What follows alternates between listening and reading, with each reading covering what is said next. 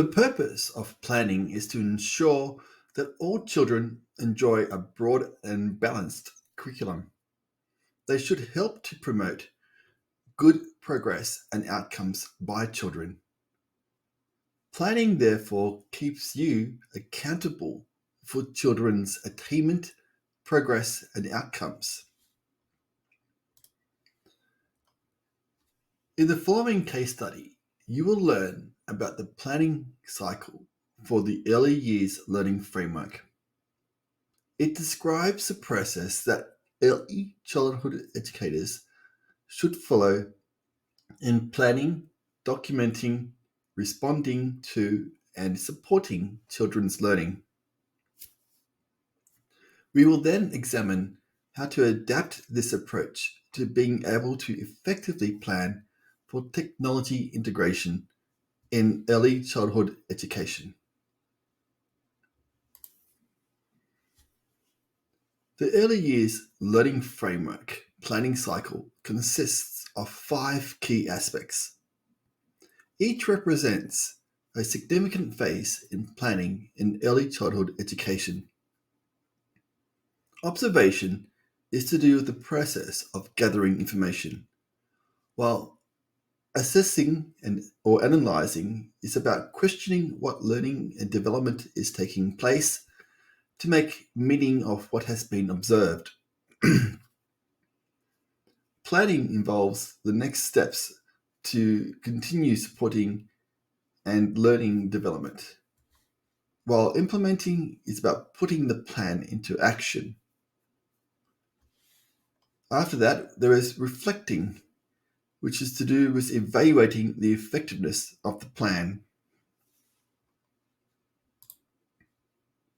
So how does the early years learning framework planning process relate to technology integration in early learning environments?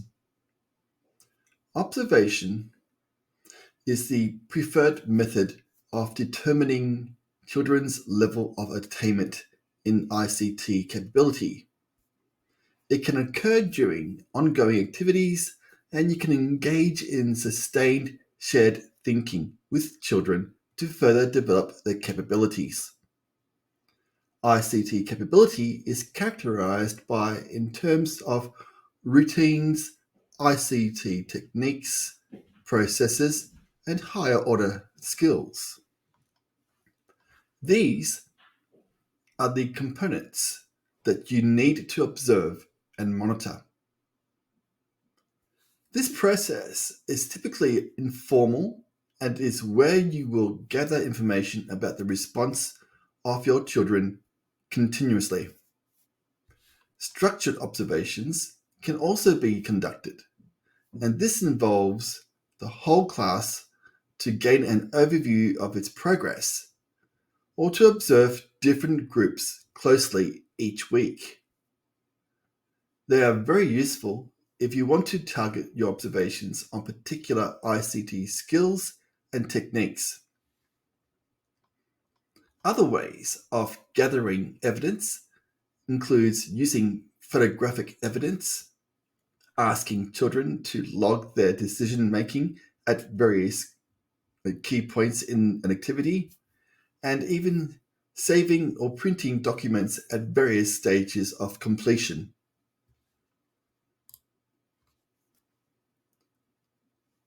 In terms of assessing, ICT is inextricably linked with practical outcomes in meaningful subject-related contexts.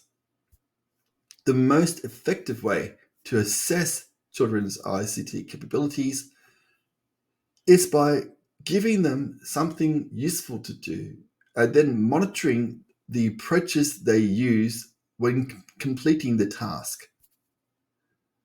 It is necessary to therefore keep a reasonable amount of documentation of various kinds in order to be able to plan appropriate learning experiences. I discuss the ways in which you can document and record children's ICT capabilities in my assessment workshop.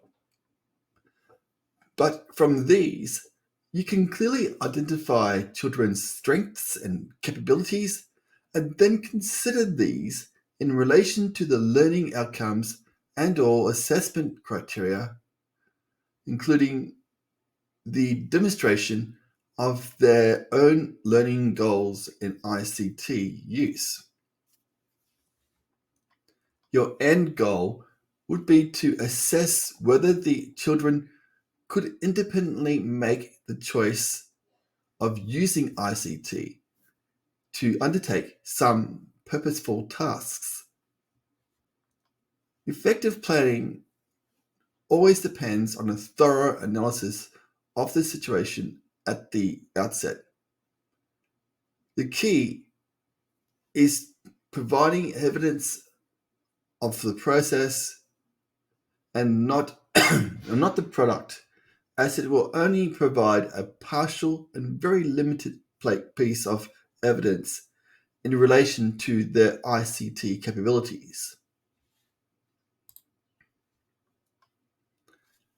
Planning for technology integration is like everything else. It is informed by thoughtful analysis of the information collected in relation to a child's capabilities in ICT. It is what this Academy workshop is all about. The data that you collect should be able to help you to consolidate, enrich, and extend children's learning and thinking. Your choices can be intentional in terms of learning and teaching strategies, and at times, planning can also be jointly constructed in collaboration with children and in partnership with families.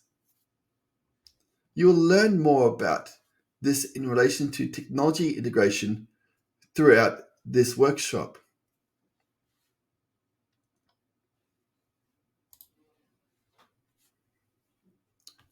Simply, implementation is where you put your plan into action. However, the ultimate aim in developing children's ICT capabilities is to make the technology transparent.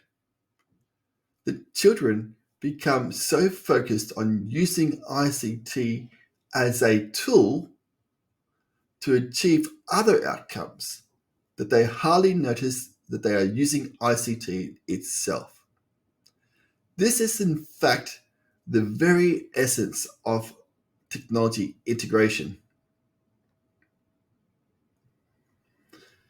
and does not involve using ICT just as an add on to the curriculum or just used to learn ICT skills. Technology integration is about allowing children full control of the technology to construct knowledge with and not knowledge of. Your goal should be to equip the children with sufficient experience to enable them to use ICT without having to stop and think.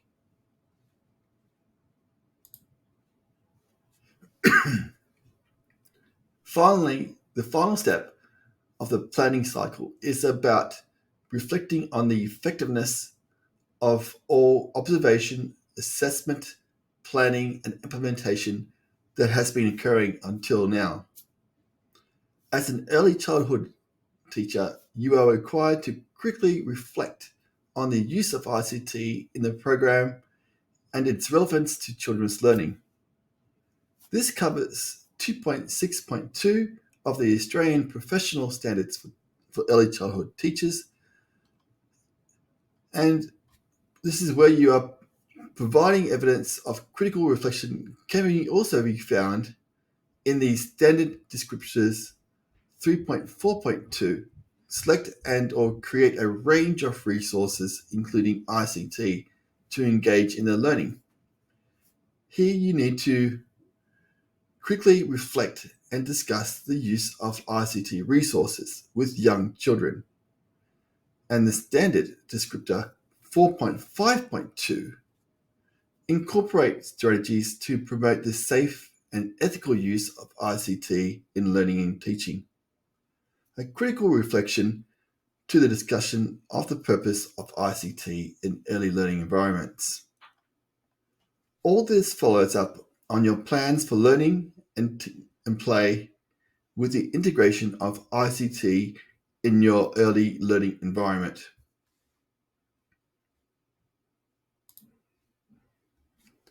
In this particular Academy workshop about planning and programming in the early learning environment, you'll be able to successfully plan for learning and play that integrate ICT and critically reflect on its effectiveness at the completion of the workshop. This should provide you with evidence of teacher practice if you are seeking to progress in your proficiency levels in the Australian Professional Standards for Early Childhood Teachers. I have used this case study of the Early Years Learning Framework planning cycle to demonstrate to you how the integration of ICT in early childhood education can be adapted to this process. As you have seen, planning for learning and play with the integration of ICT in early childhood learning activities can be achieved when incorporated into such a cycle. Observation and assessment would work particularly well together with other key stages of planning, and the critical reflection of the effectiveness of ICT in learning and play are crucial to future planning efforts. Throughout this Academy workshop, you will learn more about how you can plan and program for the successful integration of ICT with examples and templates that are supported by educational theories. And if you would like to know more about how you can successfully integrate technology in your early childhood learning environment, why not enroll in one of our online PD for early childhood teachers, or become a member of our ICT in Education Teacher Academy for just $5.99 per month. Cancel anytime.